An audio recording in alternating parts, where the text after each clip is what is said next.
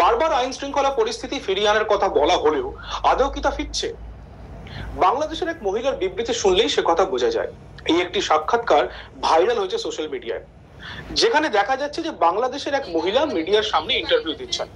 তার দুপাশে বসে রয়েছেন তার বাবা ও স্বামী।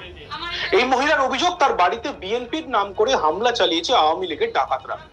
ওই মহিলার অভিযোগ, তার বাড়িতে হানা দেওয়ার পর তিনি তার গয়না, টাকা পয়সা, বাড়িতে যা ছিল সব তিনি তুলে দেন ডাকাতদের হাতে।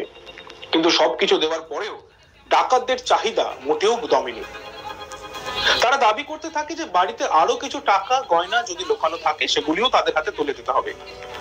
এরপর তারা গোটা বাড়িতে কার্যত চিরুনি তল্লাশি চালায়। তারপরেও ওই মহিলাকে নাকি হুমকি দেওয়া হয় তার বাবা ও স্বামীকে শেষ করে দেওয়া হবে, তারা এখানে থাকতে পারবেন না, তারা যেন সকাল হওয়ার আগেই বাড়ি ছেড়ে চলে যান। ডাকাতদের মধ্যে কয়েকজনকে নাকি তিনি চিনতেও পেরেছিলেন।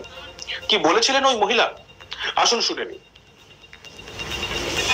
এই যে ওরা চাপাতি গলার সাথে আমি চিৎকার করছি, তোর এসে যান, তোর কি কর, টাকা পয়সা যা আছে বের কর।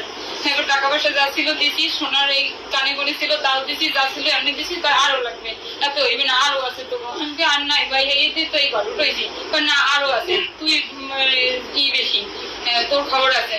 হ্যাঁ, এবার সবকিছু দিদি আমি তোর বাপের আর স্বামীর থেকে তুই সোনা গয়না বেশি ভালোবাসো?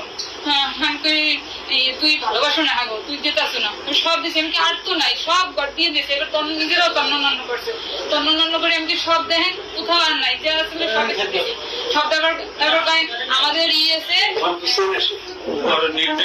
উপরে নির্দেশ আছে, তোরে কি কোন জায়গা যেন একটা কথা বলছে আমার মনে নাই, যে তোরে 7 নঙে নিয়ে যাবো, এই জায়গা সেক্টরে 7 নং সেক্টরে নিয়ে যাবো, তোর বাপেরে কিন্তু এই সেইগুলো কাটবে, শেষ করবে, আর তোর স্বামীরও শেষ করবে। তুই সবকিছু দিয়ে দে, আর তোরা যদি বাঁচতে চাও, এই জায়গায় থাকতে চাও, তোরা থাকতে পারবি না, কিন্তু জীবনে যদি বাঁচতে চাও তাইলে কালকে সকালে কেউ যেন না থাকে, এর আগে চলে যাবি। না না, আমরা বিএনপির লোকজন, আমাদের উপর থেকে অর্ডার আছে, নাহলে আমাকেও খবর বানাইবে।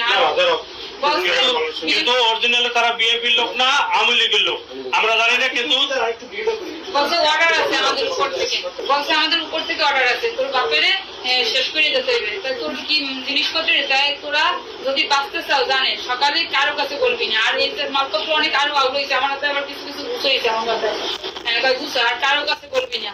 বললে আর সকালে কেউ যেন না থাকে, সকালে উঠে একদম তোর বাপেরে পাঠাই দিবি।